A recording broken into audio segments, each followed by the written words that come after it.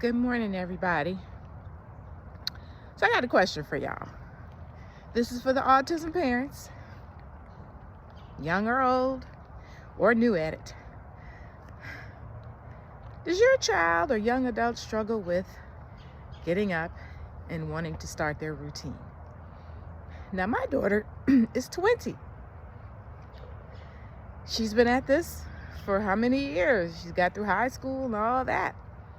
Now, she's out of high school, but she's still a part of her high school in a way, because she's in a 2-year job training program, if you will. So it's still like going to school, I guess. If she's out of school too long, and I'm gonna tell you what, she was on a break, teacher work day, student holiday, whatever you want to call it. She was on about a week's break, about 2 weeks ago.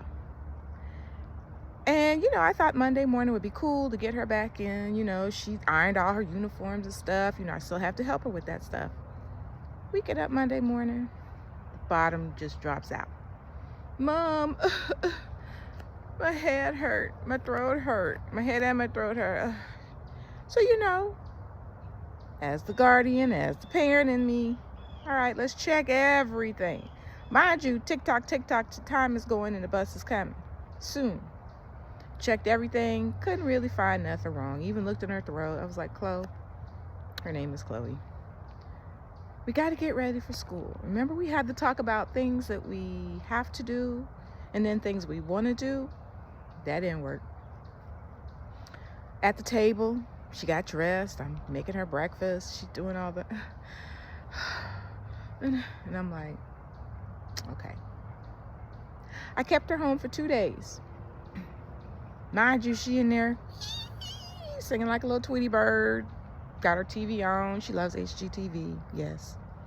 Got her Kindle. She all in her own little world. Next day, or the day after, she goes back. Mom, I think my stomach's hurting. Listen. I'm like, well, Chloe, we're going to get some Pepto, and then we're going to eat our breakfast because we've got to go to school, okay? That child fought me like I felt like I was trying to pull a tooth out of a lion's mouth. Y'all, I was like, for the love of God, please, Jesus, open up your heavens and please sprinkle a little bit of your holy water down here, because Lord knows if this child just pulling at my heart is working. But she got to go. I gave her that Pepto.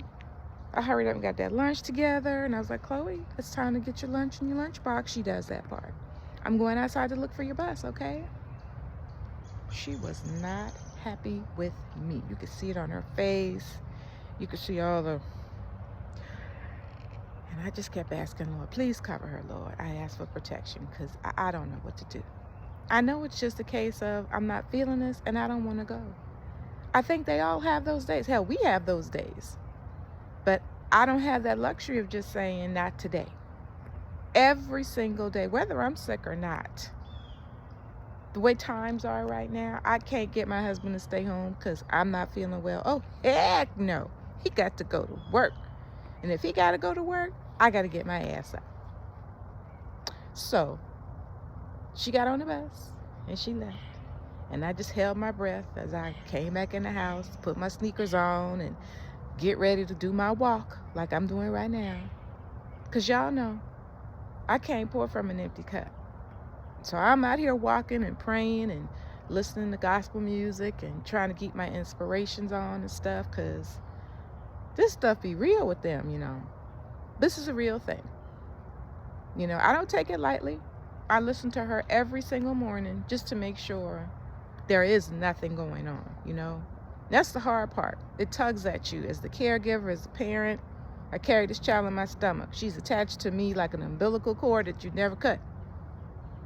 So I pray for all of y'all autism parents out there that's struggling, that's got my struggles.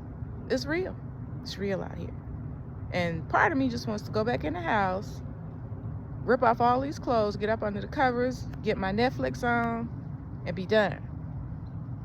But then I can't be productive There are things I got to do in the day. I got to check my emails while she's gone. I got to make sure I've prepped cooking for when she comes home, and make sure I'm physically ready for when she comes home, because when she gets off of that bus, if she didn't have a good day at school, she's going to start screaming.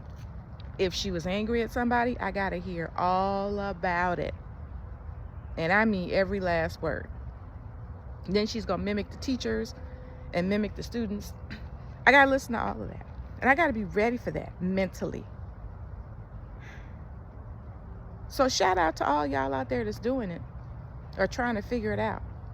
Because at the age of 20, I'm still trying to figure it out. I've learned a lot. And not through the doctors, but through research. Now, my daughter graduated high school with honors. And that's because I rolled up my damn sleeves and I went home after she was diagnosed at the age of 3, and I got to work, honey.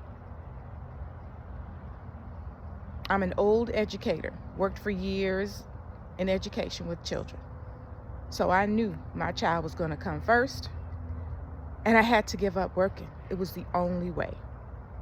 Everybody can't do that. I suffered for that. We all suffered in my household, but it was a commitment I made to myself and to the man upstairs. I mean, he gave her to me. So what I'm gonna do? Make sure she has the quality of life that I could give her, right? So maybe I'll do another video on social stories. I have social stories that I use at home for her, a ton, that we keep in a big binder, from how to ask for help, biting your fingernails, allergies, riding the bus to school, my first day, raising my hand when I'm at school, when I'm angry, when someone dies. I have all these stories because these are the things I've learned over the years. Y'all get out here and try to walk for your mental this morning, because that's what I'm doing. That's what I'm doing. Y'all have a blessed day. Be good to yourself.